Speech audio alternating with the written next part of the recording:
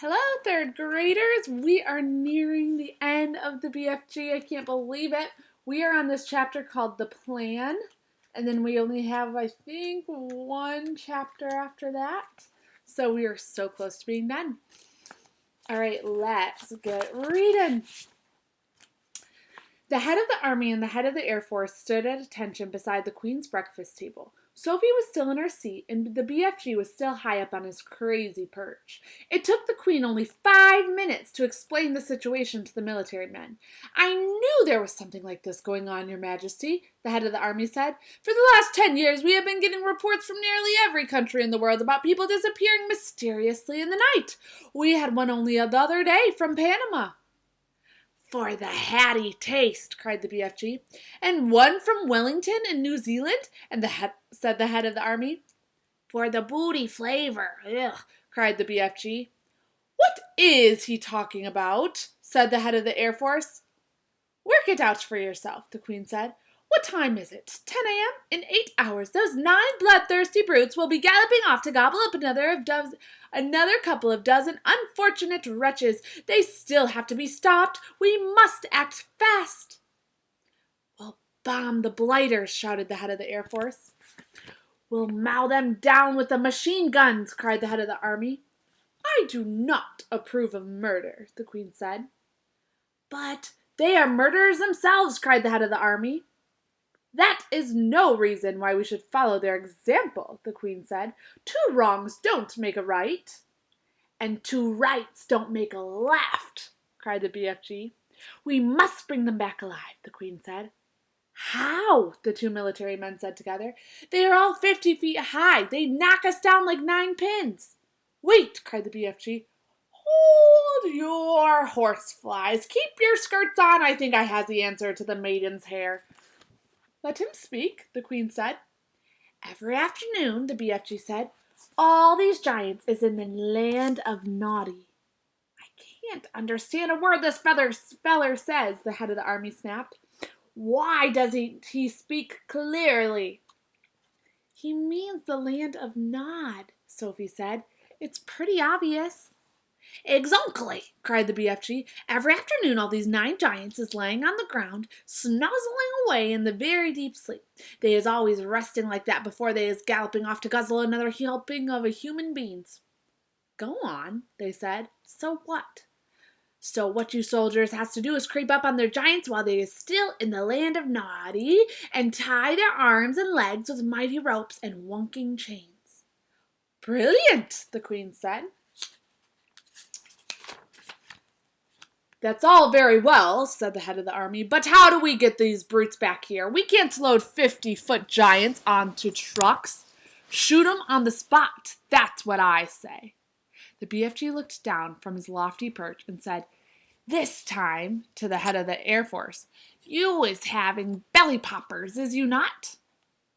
"Is he being rude?" the head of the Air Force said. "He means helicopters," Sophie told him. "Then why doesn't he say so? Of course we have helicopters." "Wopsy big belly poppers?" asked the BFG. "Very big ones," the head of the Air Force said proudly, "but no helicopter is big enough to get a giant like that inside of it." "You do not put him inside," the BFG said. "You sling him underneath the belly of the belly popper and carry him like a torpedo." "Like a what?" said the head of the Air Force. "Like a torpedo," Sophie said. "Could you do that, Air Marshal?" the Queen asked. "Well, I suppose we could," the head of the Air Force admitted grudgingly. "Then get cracking," the Queen said. "You'll need 9 helicopters, one for each giant." "Where is this place?" the Air Force man said to the BFG. "I presume you can pinpoint it on a map?" "Pinpoint?" said the BFG. "Map? I is never hearing these words before. Is this Air Force bean talking slush bungle?" The Air Marshal's face turned the color of a ripe plum. He was not used to being told he was talking slush bungle. The Queen, with her usual admirable tact and good sense, came to the rescue. "BFG," she said, "can you tell us more or less where this giant country is?"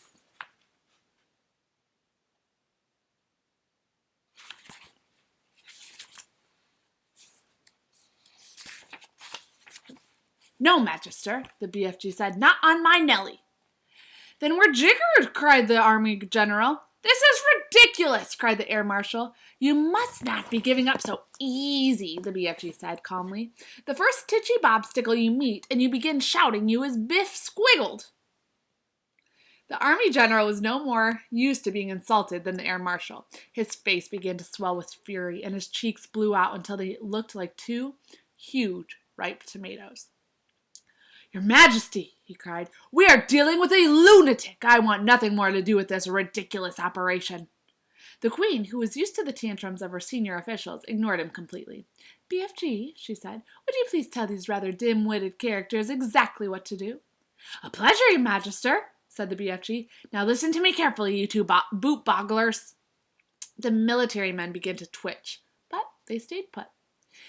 I is not having the foggiest idea where Giant Country is in the world, the BFG said, but I is able to always gallop there. I is galloping forthwards and backwards from Giant Country every night to blow my dreams into these little chittlers' bedrooms.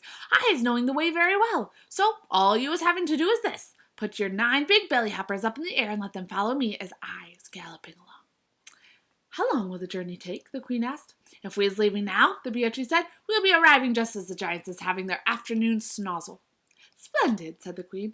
Then turning to the 2 military men, she said, prepare to leave immediately. The head of the army, who was feeling pretty miffed by the whole business, said, that's all very well, Your Majesty, but what are we going to do with these blighters once we have them back? Don't you worry about that, the Queen told them. We'll be ready for them. Hurry up now, off you go. If it pleases Your Majesty, this is Sophie. If it pleases Your Majesty, Sophie said, I should like to ride with the BFG to keep him company. Where will you sit? Asked the Queen. In his ear, Sophie said. Show them, BFG. The BFG got down from his high chair. He picked Sophie up in his fingers. He swiveled his huge right ear until it was parallel with the ground. Then he placed Sophie gently inside of it. The heads of the army and the Air Force stood there goggling. The Queen smiled. You really are a rather wonderful giant, aren't you? She said. Magister, the BFG said. I is wishing to ask a very special thing from you. What is it? The Queen said. Could I please bring back here in the belly poppers all my collections of dreams? They's taken me years and years to collect, and I's not wanting to lose them. Why, of course, the Queen said. I wish you a safe journey. All right, there you go. Tune in next time to see what happens next.